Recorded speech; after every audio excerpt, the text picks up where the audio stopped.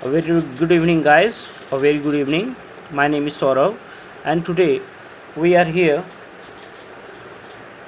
We are gathered here to know about one person company. आज हम लोग my dear guys जानेंगे one person company क्या होता है. मेरा नाम सौरभ कुमार है और मैं आप सभी को आज वन पर्सन कंपनी के बारे में बताने जा रहा हूँ. ठीक है माय डियर गाइस, तो स्टार्ट करता हूँ. वन पर्सन कंपनी क्या होता है, उसके बाद हम लोग बोनस शेयर्स के बारे में भी जानेंगे.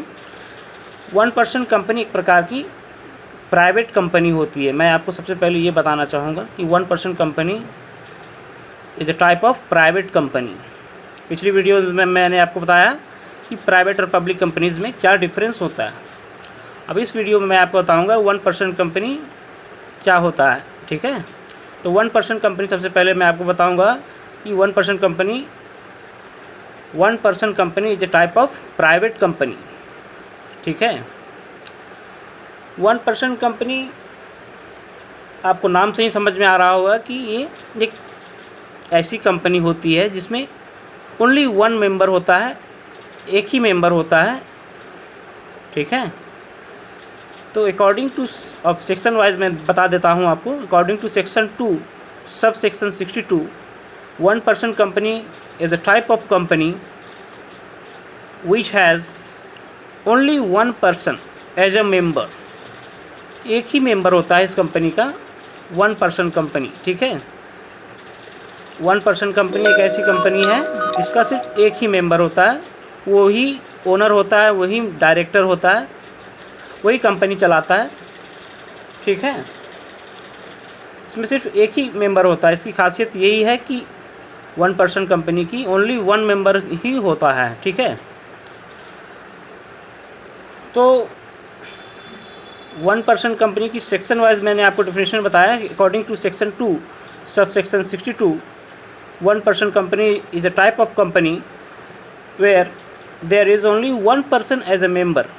ठीक है, वही शेयर होल्डर होता है, वही डायरेक्टर होता है. ठीक है, अब हम लोग इसकी कुछ रिक्वायरमेंट्स के बारे में जान लेते हैं.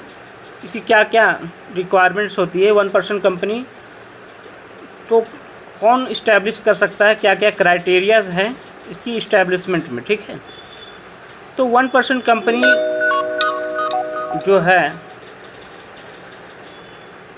इस्टेब्लिशमेंट की कुछ क्राइटेरियाज रिक्वायरमेंट्स होती है. तो सबसे पहले वन पर्सन कंपनी को इस्टेब्लिश करने के लिए पहला रिक्वायरमेंट जो होता है वो एक नेचुरल पर्सन होना चाहिए, पागल नहीं होना चाहिए, मैड पर्सन नहीं होना चाहिए. One person company must be established by the natural person, must be. दूसरा कंडीशंस है वो एक इंडियन सिटीजन होना चाहिए, रेसिडेंट इंडियन होना चाहिए. इंडियन रेसिडेंट भी होना चाहिए, इंडियन सिटीजन होना चाहिए.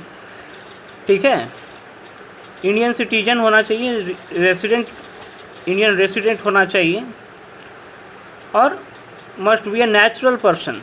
ठीक है, must not be lunatic person नहीं होना चाहिए. लूनेटिक मतलब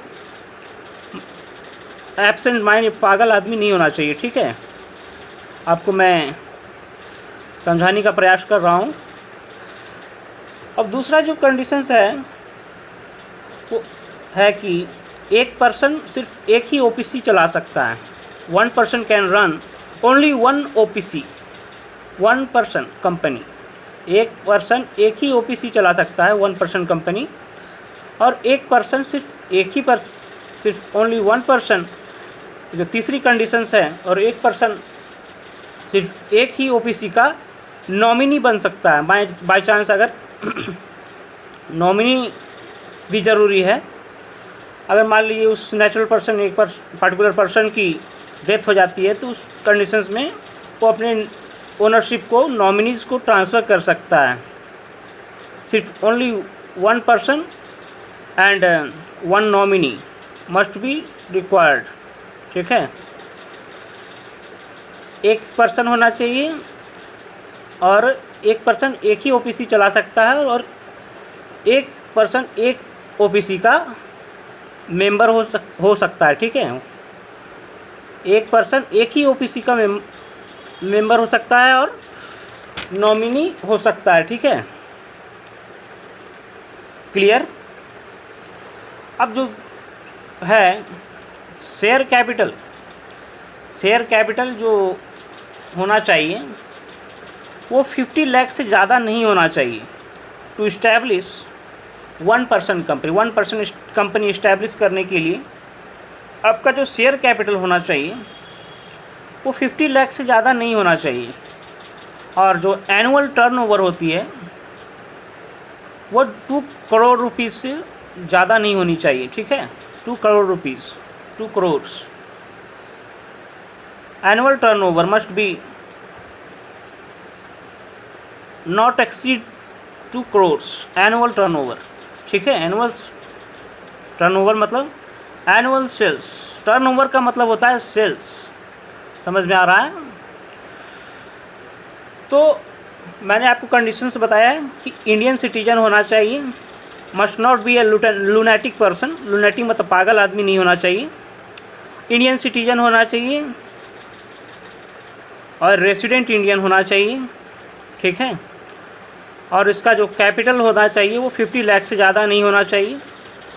अगर 50 लाख से ज़्यादा इसका कैपिटल हो रहा है तो इसको कन्वर्जन की ज़रूरत हो जाएगी, फिर it needs to be converted, इसको कन्वर्ट करना पड़ेगा। फिर इसका जो कैपिटल है 1% कंपनी का शेयर कैपिटल, इसका 50 लाख से ज़्यादा नहीं होना चाहिए, नहीं तो फिर इसको कन्वर्जन करना पड़ेगा into A private and public company, ठीक है।